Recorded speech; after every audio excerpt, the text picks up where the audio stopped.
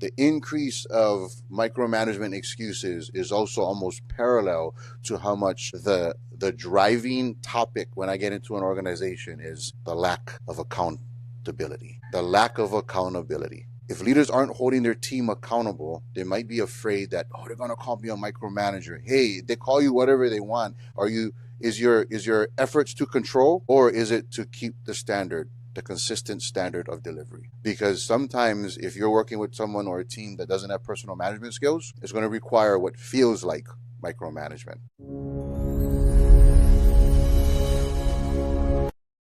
All right, I've been looking forward to this conversation all week long, and actually for quite some time in this season. I'm going to say something that might upset some of you. Has micromanagement become an overused term in leadership? Is it this scapegoat for people that don't like accountability or being held accountable? Today, I'm going to cover 3 points on a different side of this conversation that most people aren't willing to have this, talk through. Most people aren't willing to talk through it and to see it. And when I say it, for some of you, it's going to be like someone's actually talking about this, right? Join us for today on the conversation on Leader Seeds. My name is Poʻokela, Mossman, your host here. If you're new here, welcome. Thanks for checking it out.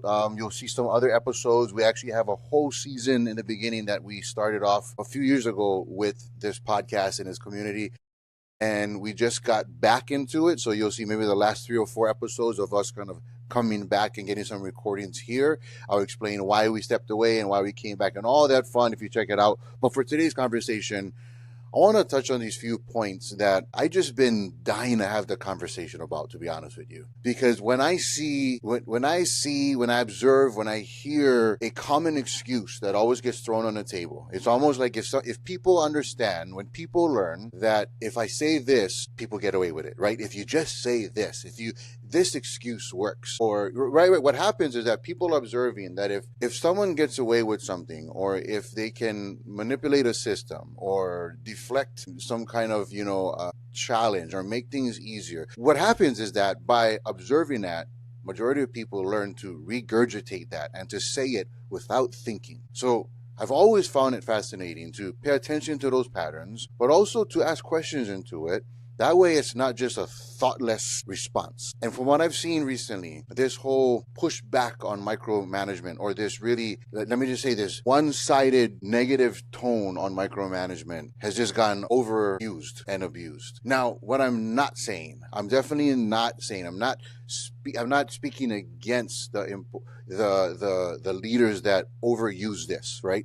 It's a very real thing, and there's a lot of valid reasons to not continue micromanaging people. I'm definitely not saying in today's episode that micromanagement is a good thing.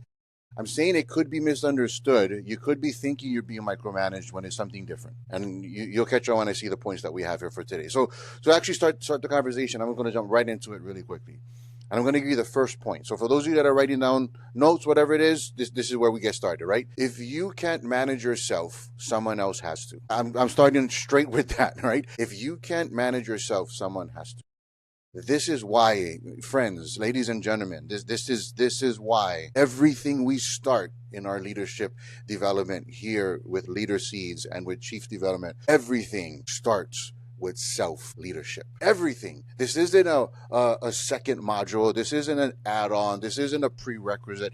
This is the core. The core of healthy leadership is self-leadership. That's the hardest thing, right?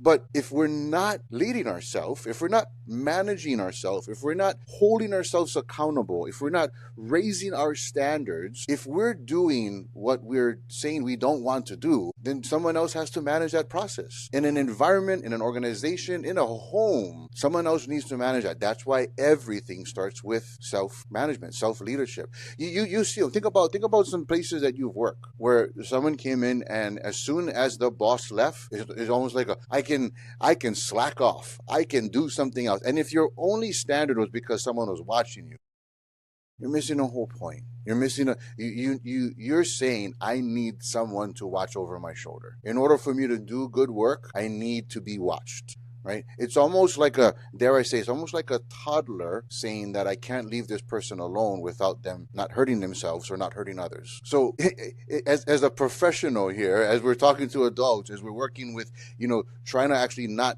not use that as an excuse. I want you to really think about that, because the minute I'm feeling like I'm being micromanaged, I start to think, how well am I managing this area in my life? And sometimes that's what it is. It's not just an overall management. Sometimes I'm winning in one part of my life, but there's another part that I'm just not managing well, right? And I'm feeling like that part, someone is micromanaging me. And I get a little maybe frustrated with that person. But if I really take a step back and look, and I think, you know what? It could be that they want to control this, yes. But it also could be that I need a little bit more management in this area because I'm not personally managing this well myself. You see, and that's what this episode is. I'm bringing that into the conversation, right? Conversation on micromanagement has only been one-sided recently, and I wanna bring this into the conversation so we can look at it. Because if you're honest with yourself, you say, yeah, there's probably an area in that part that if I did better at managing that myself, that person doesn't have to control it as much. And I can speak from a place of integrity, saying, hey, I got this. This is how I'm doing it. This is what we're doing. This is when I'm tracking it. This is the standard. And you can move forward with that, right? That's the first point for today. The second point, here's the second point. Trust is earned. Trust is earned. You see, you might be someone that comes into a new relationship with high trust, right? You might be someone that comes into a new relationship with low trust. This isn't a right or wrong question. This is a both and, because both are true, right? But it's just different for the individual. Some people come into a new relationship, a new working relationship, whatever it might be, with high trust. You know, they're starting at a high point, and it's like if you do something to damage it, then it drops. While others will come into the same at a low point. I need to see something for me to earn trust here. So it's not a matter that it's wrong in a way. It's just, this is how this person builds trust. So the second point is trust is earned. And understand that in a way where don't take it so personal right off the bat. Have you done much to earn that person's trust? And if you haven't, here's your chance. Here's your chance to say, you know what, let me go ahead and take some intentional deposits into this relationship to build trust, to show this person that I can be someone that's trusted, to show this person that I do have self-management skills, that I can actually personally manage this area of my life or this project or whatever it may be, and that will earn trust. But have that as a starting point rather than coming in expecting trust, right?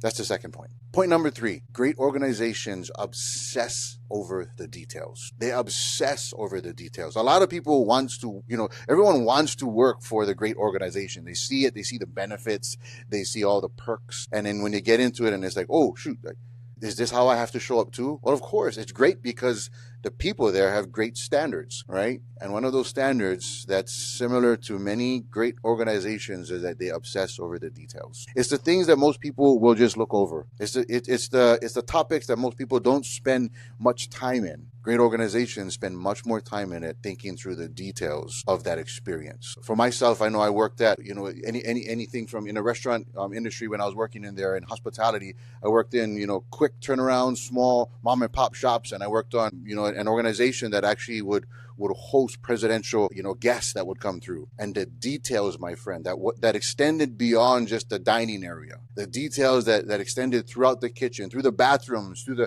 the staircase coming up. Every detail mattered. So if someone is asking you about those details, that's when that standard takes a higher place, right? That's when it might feel like micro managing. Like, why do you care about those details? Well, because that's what we do here, because it matters. You see, so that's an important part where it might feel like micromanagement. It's really just they care about that standard, and they're asking questions that most people aren't going to ask. My last boss didn't ask me that question. No one's asked that. They just let me go. I get it. But here we obsess over the details because the details matter. Right, the details that's the differentiator. That's what makes the difference between great organizations and good organizations, if we say, right? If you're familiar with that term. Let's go to the next point, and this point is going to be for the leaders, right? So the first 3 was more about everyone across the board. If you're not in a leadership role and maybe you're feeling like you're micromanaged, this is going to be specifically for the leaders. If you are in that role, right? I'm talking more of the role of a leader right now. So if you're in the role of a leader and you're finding yourself, maybe people are calling you a micromanager and you're thinking, that's not me, I don't do that. But you're trying to process this, openly, and you're trying to look at why are they associating it. Well, it could be that you care about the details. It could be that you just need trust to be earned, right? And it could be that you're seeing that this person doesn't have personal management skills, that you need to ask more questions to help them win, right? But here's something I also want you to see if you're in that role. Don't confuse standards with control. It's important to have standards. It is critical, especially on a new team, to establish standards that everyone has to rise up to. But what you want is you want those standards to be on the outcome. And you want to give your team the ability to contribute what they bring to the table without you controlling every step along the way. You see, you have more interest on the outcome than how they got there. Right? How they get there, you leave that to them.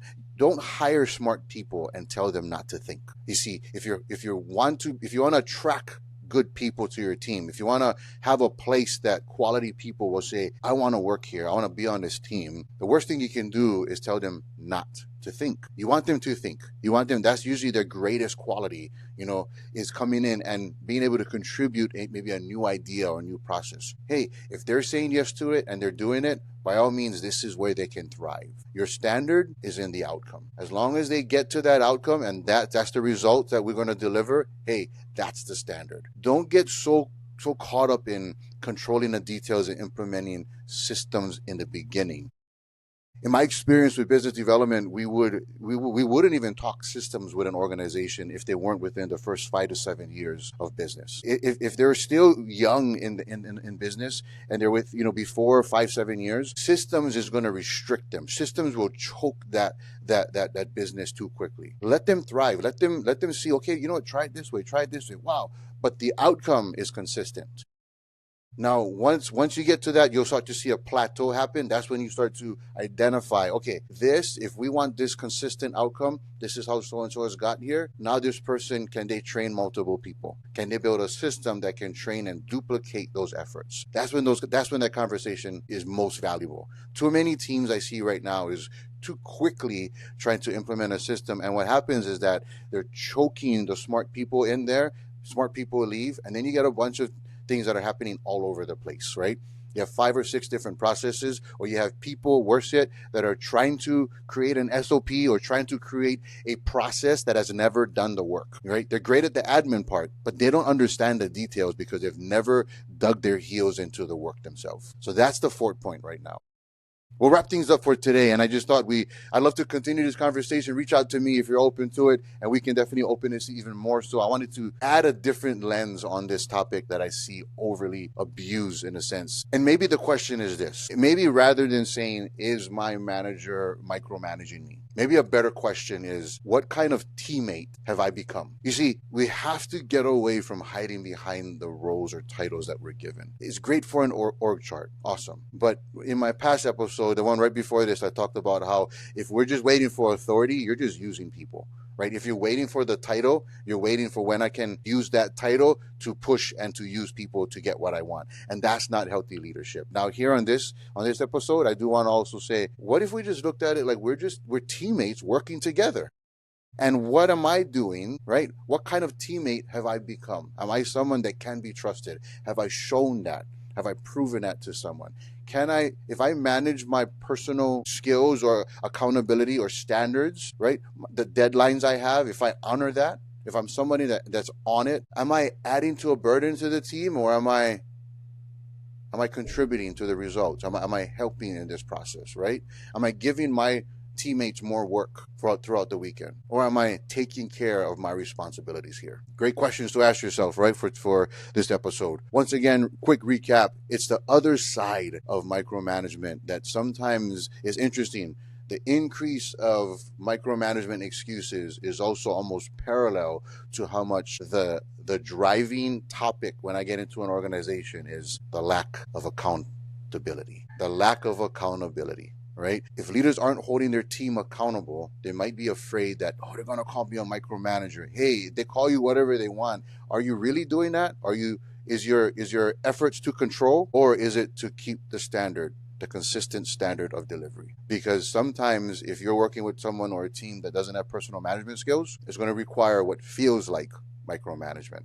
May not be, You're asking detailed questions. When is this done? Who's going to do it? What is the deadline? Why didn't it happen? Right? Organizations need that.